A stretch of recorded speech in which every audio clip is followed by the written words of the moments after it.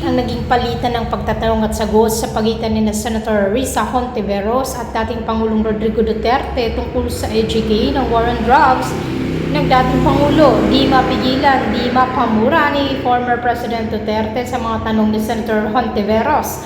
Samantala, bago pa man mag-umpisa ang hearing ay inako na lahat ni President Duterte ang anumang pagkakamali sa war on drugs at huwag umano'y sali ang mga pulis na nagtatrabaho lamang at sumusunod lamang sa kanyang mga utos. Narito panoorin natin ang buong detalye. Ang dating presidente kanina, sinimulan niyang i-implicate, ilaglag yung mga ilan sa mga dating PNP officials natin na involved daw sa Davao Death Squad noon.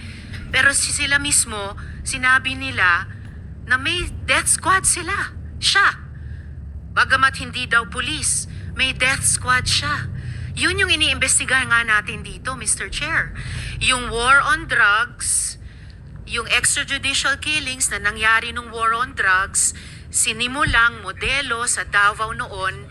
Tapos, iniimbestiga natin kung yun ang ginamit na template o modelo para i-scale up nationwide.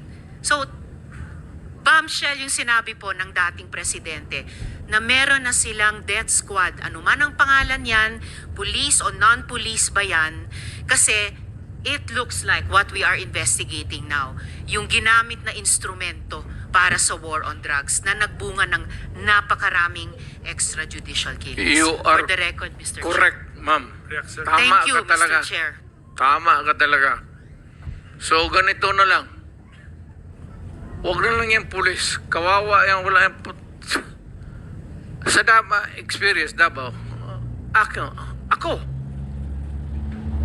Imbestigahan ninyo ako. Set a date for an investigation para sa akin. Ako ang imbestigahan ninyo.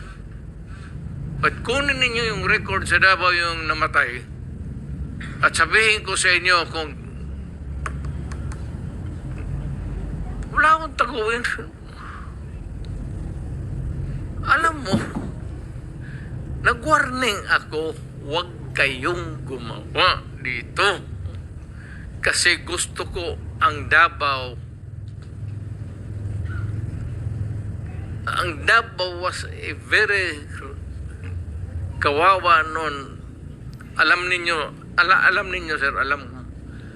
Panahon ng NPA nung hindi pa ako mayor, kita mo ang Davao. Left and right ng hold up, walang makalabas sa bahay. Pati mga pulis takot. Kasi nandyan yung mga NPA, pinapatay sila. Kaya sinabi ko, nagagyat ako sa bukid. Nung na-mayor ako, sabi ko, ayaw ko ng away sa inyo. Pero yung mga pamilya ninyo, nandyan sa syudad natin. Yung mga top honso ng Communist Party, bilangin ninyo sa ilan na ang taga Davao. Saan ang pamilya nila? Sa Davao. Kaya umakyat ako sa bukid. Sinabi ko, stop it. Huwag ninyong patayin ang mga pulis ko kasi putang ina yung pamilya ninyo. Yayariin ko yan. Mr. Chair, if I may, dahil matagal na po yung sa NPA, kung maaring mag-follow-up question ako sa dating presidente Go ahead, sa Mr. Chair. Red Squad. Mr. Chair. Salamat Go ahead, kaayo, Mr. Senator Chair. Kanina, sinabi nyo there were 7 people dun sa inyong self-described death squad.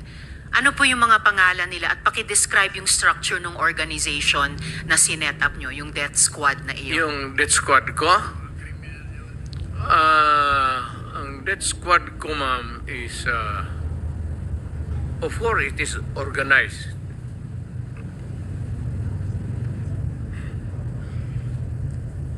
Hanggang dyan lang. Ano po yung structure ng organization na iyon? Against criminals. Hindi po, yun yung task siguro na binigay nyo. Pero anong structure ng death squad niya iyon? Structure against crime and criminals. Ibig sabihin, ano po yung setup? At sino yung 7 yun na miyembro ng death squad Fight nyo? crime.